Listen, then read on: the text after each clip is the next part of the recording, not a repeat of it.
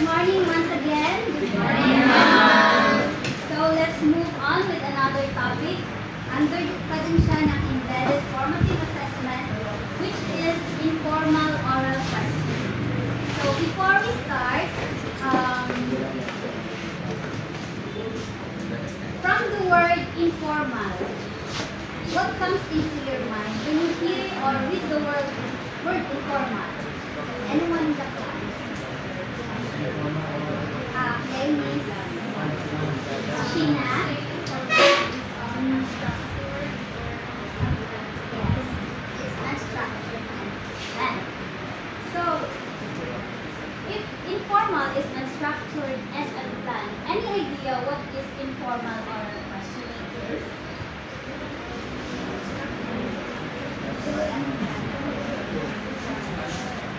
On the fly. I will call a random class number. Since today is September 9, please share your idea or knowledge about informal oral questioning. Yung kahit ano lang, one word or two words. Number 9.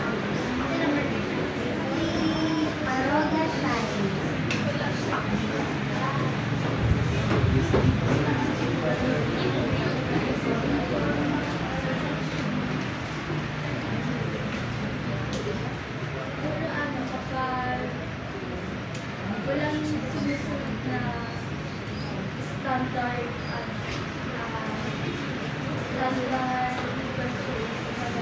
ano lang, parang conversations lang na yes, tama.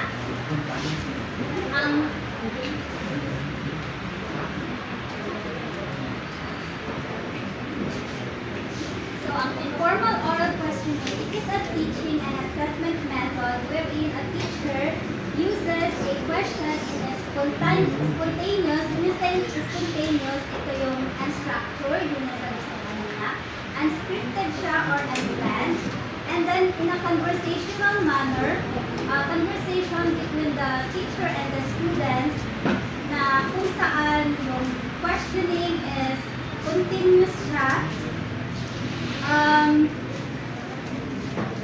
to gauge the student understanding ay nag-base yung teacher sa response ng student. Kung nag-question si teacher, basic recall question is then nag-answer si student, magpa-follow up question si teacher so that mas ma-deeper pa yung thinking ng student. Then ayon kay Moss and Brookhart, ang instructional time daw is ang effective teacher, nag-question siya na about 400 questions a day. So, sa pagtuturo bilang mga future teachers, nakabubuti or mas effective siya kung yung instructional time natin is mga 1/3 of it is more on questioning. Dahil doon, parang mas naano yung student, yung napapalabas mo yung yung mga ideas nila. Ganon, mas nag-iisip sila.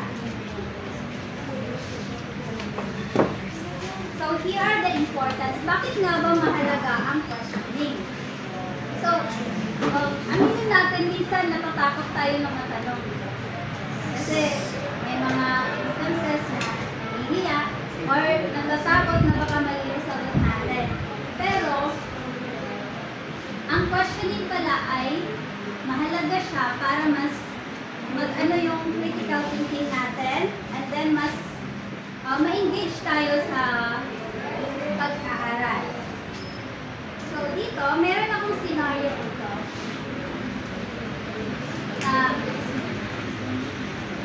Makikita yung mga kung gaano kahalaga ang informal questioning. So, yung task ninyo, pag-isipan dito sa scenario kung bakit nga ba mahalaga. So, pakibasa. Mr. Agustin asked her students, what do you think happens to plants when they are deprived of sunlight? One student asked a response, they might not grow as fast. Miss Agustin asked again, why do you think that would be happen? Alex explains, because plants need sunlight to make food through photosynthesis. Miss Agustin asked the class, what would happen if the plant couldn't undergo photosynthesis? Okay. Now, yung task nyo, gagawin nyo siya by pair, yung mga katabi nyo. Mag-discuss kayo within 2 minutes. Then, I will call randomly para justify ng kanyang answer.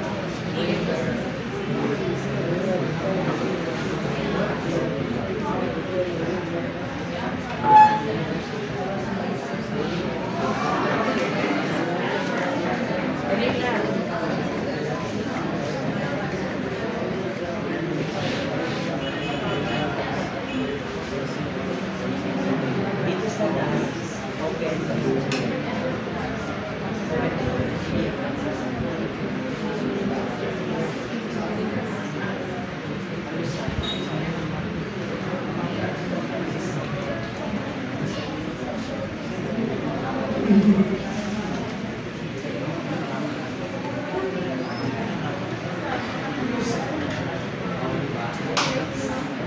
Okay na? Hindi naka-ready na? So, sino si Miss? From the class, please, number 28.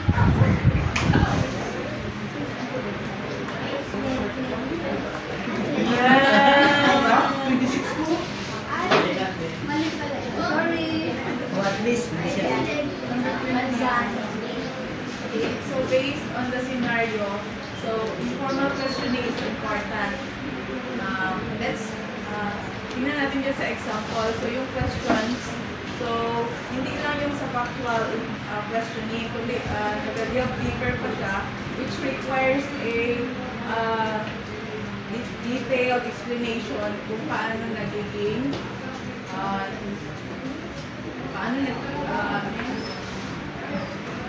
paano pinakailangan ng isang plants ang sunlight. Okay. Doon sa sa pagtanong niya ng dito sa first question, what do you think happens to plants when they're deprived of sunlight?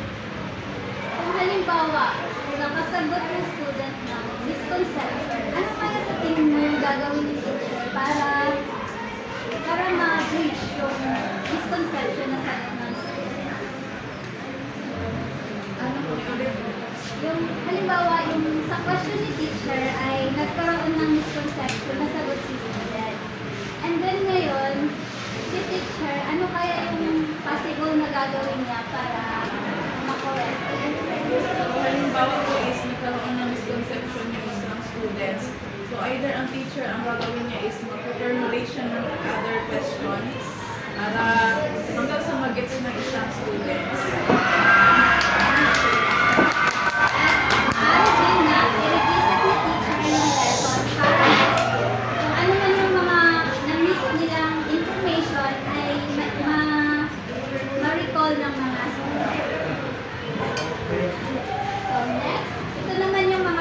Ng questioning sa classroom. Kailangan involve yung whole class na kung saan yung si teacher is during discussion niya is nagtatanong siya para na-make sure na yung mga student niya is nakaintindi at ganun din sa recitation. Nagtatanong si teacher through oral questioning para malaman kung nakuha ba ng student yung key points.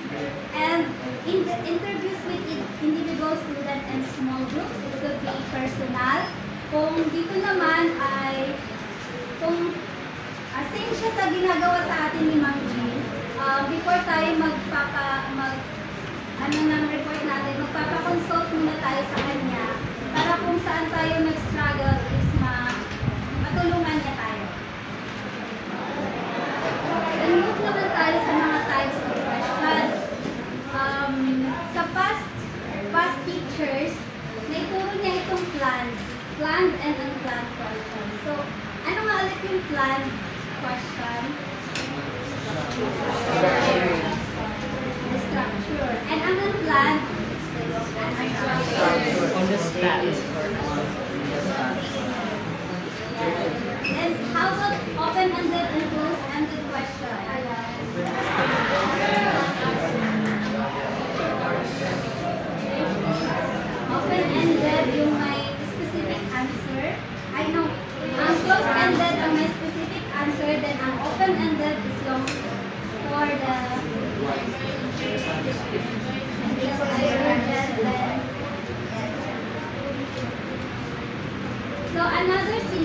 math. I hope na nasagutan nyo ito kasi nabigay na siya in advance. Yes. Okay, so ready na magsagot. Ready na. Okay, from the first question, itong what does 2 plus eat of during photosynthesis? What do you think this Plant. question is? Plant siya. Close-ended. So, bakit ko nasabing plant, Mr. Ken? And close-ended. Plant siya and close-ended siya because plant meaning pinano. Tapos ang close-ended guys, there is only like one correct answer and that is like oxygen. So it cannot, I mean, it can be elaborated but it can simply be answered by one simple correct answer. So, plant din siya kasi part na siya ng topic. So, ang next question, why is that important for humans and animals? Anyone? Mr. On the flight ko yan because follow up na question yung picture and it invites many answers and bring many answers. Yes, correct. So, on the fly siya kasi nagkaroon siya ng hindi lang siya yes or no na question, pero yeah, naturally yung response ng student, pero nag-isip ko siya kung ano yung gusto niya. Yes, yung gusto niya. How about the next question? Do plants photosynthesize at night? Okay, Mr. Kelly? No. Close-ended. Actually, so how? Gusto sa do plants photosynthesize at night? Close-ended question siya. Kasi factual knowledge yung gusto malaman ng teacher where you can be expecting na answer na yes or no. Yes, thank you. How about the number 4 question? So, how do they survive at night? Miss Rosta. Okay. Yeah. Ano lang? Butterfly and open-ended. Bakit siya? Butterfly kasi, tinanong niya yung question after dun sa isa. So, parang follow-up question. Open-ended siya kasi it allows to share the explanation. All of your answers were correct. So, another one. I want you to read this. Think about the last time a teacher asked you a question in class. How did it make you feel? Did it help you think more deeply about the lesson? Or did it just test if you memorized something?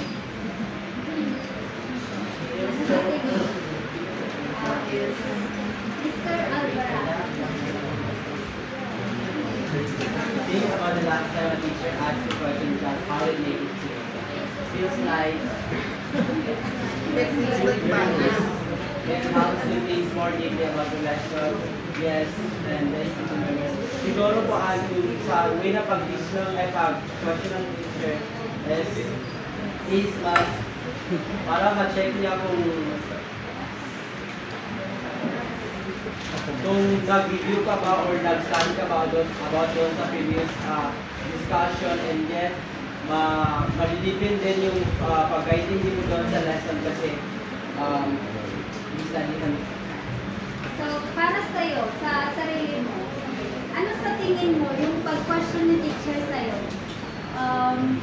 Nakakatulong ba siya para mag-deepen yung understanding mo or just nakakatulong lang siya para ma-recall mo yung information?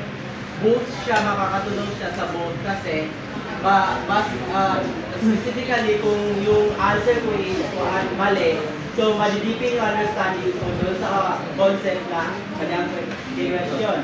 And patest din niya yung memorization ko doon sa concept na yun based sa kanyang question. Yes, ma-boss siya kasi nga nasa formative assessment siya.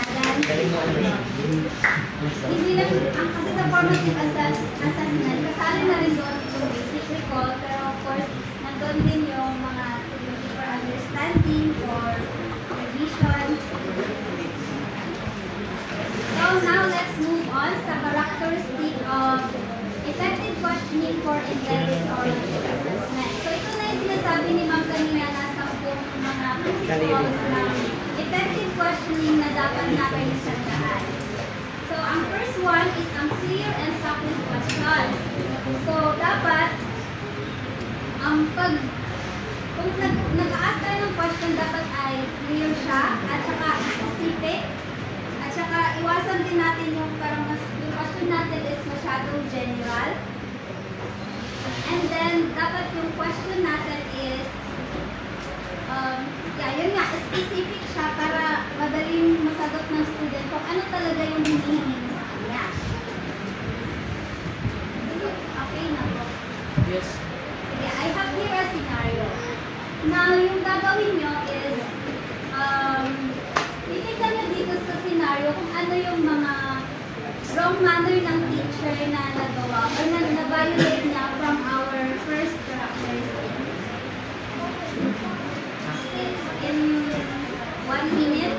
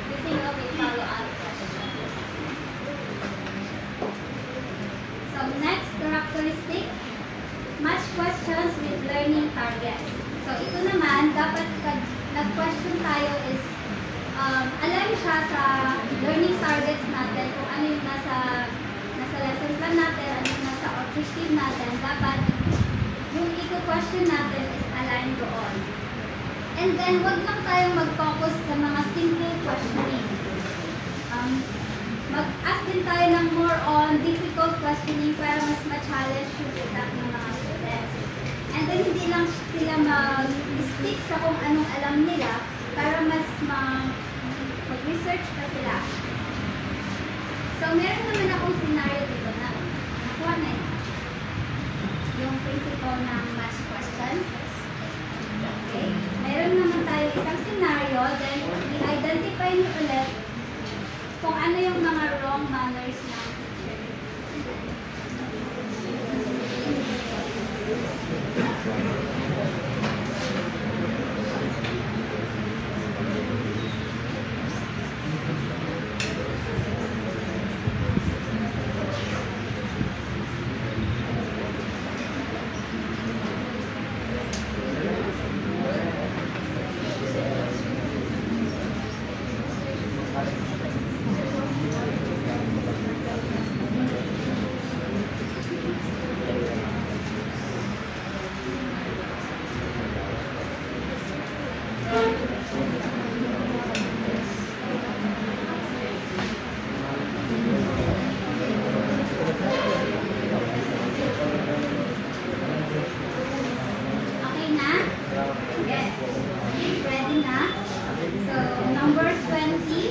Ano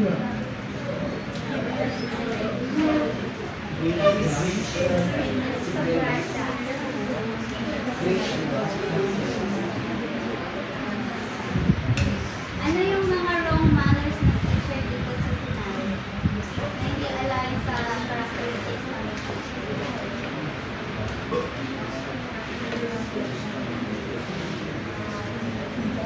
first, nag-ask siya, who is the father of Bertucci? And then, hindi siya align sa topic niya na pagkakamot sa after niya nag-ask siya si father of Bertucci, then sa following sa kayo. Ano pa? Tama yun. Sige, mas For me, simultaneous yung pag-ask niya ng question, therefore yun yung nagiging reason why nalito yung mga students niya. Kung asan yung namin nila answering, either yung isa pa o yung isa na simultaneous yung question. Yes, tama. And then, yung questioning ng teacher, yung mga sunod-sunod na question nun, hindi naman siya align talaga dun sa photosynthesis. At saka yung mga question niya is just like a basic recall lang. Hindi siya nag-ano ng mga difficult targets. So last, number 3 characteristics involve the entire class. Sa characteristic na ito is, yung questioning is involve yung whole class. Whole class means, hindi lang siya random, hindi lang siya yung, pinatawag mo lang yung mga nagtataas ng kamay, pag nagka-questions, hindi lang yung mga, yung alam mo na magaling, sila lang yung sumasagot. Siyempre, minsan kasi yung may alam talaga, sila lang yung magtataas ng kamay. So, dapat, para makuha yung attention ng lahat, mag-question tayo doon sa mga napapansin natin na hindi nakikinig, para yung attention nila mapunta sa iyo. At nang sa ganun, magkaroon din sila ng knowledge. So, meron naman akong scenario dito. At ganun pa rin. Titignan natin kung ano yung manner na na-violate ng teacher.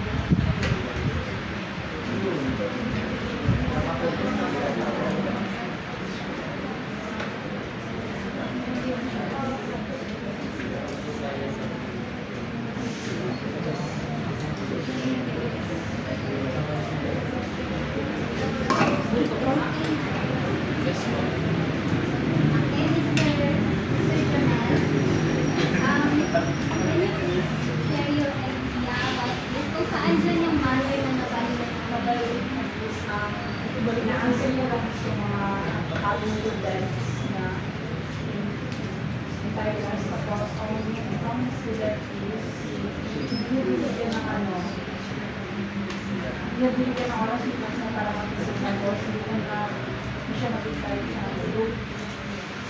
group or partner. So, bakit i-encourage na magkaroon ng group partner discussion? Ano sa tingin mo yung purpose ng teacher? Bakit niya i-encourage yung peer discussion? Para mag-share ng ideas tapos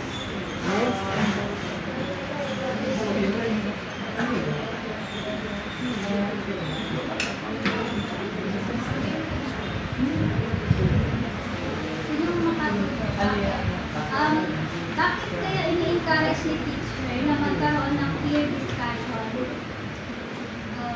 para mag-share ng ideas na yung partner?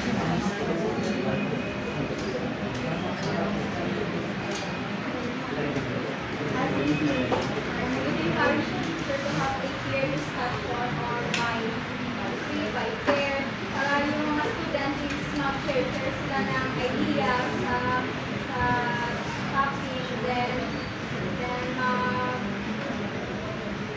mag-share ng ideas and encourage the students to have a deeper understanding about that. Yun, tama. At saka additional din, meron kasi sa atin, na through peer discussion kasi, di ba may mga iba din na ayaw magsalita, mahihiya sila. So, pwede nilang sabihin sa katabi nila yung idea nila. And then, maybe yung katabi nila, siya yung magre-represent. The vocal representative.